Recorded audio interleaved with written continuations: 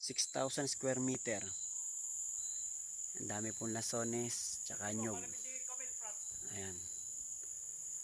Ayan, overlooking po siya. Ayan, ganda. 6,000 square meter. Tabing karsada po ito, ha. Title. Tabing karsada. Ayan, ito po yung karsada. Ito yung property. Medyo mataas dito siya sa karsada.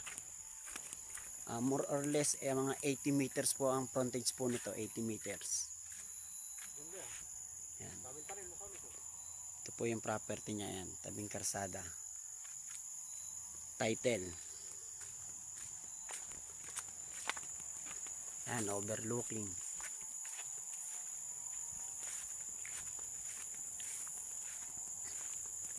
Ayan. Ito po yung kanyang mga tanim. Tabing karsada.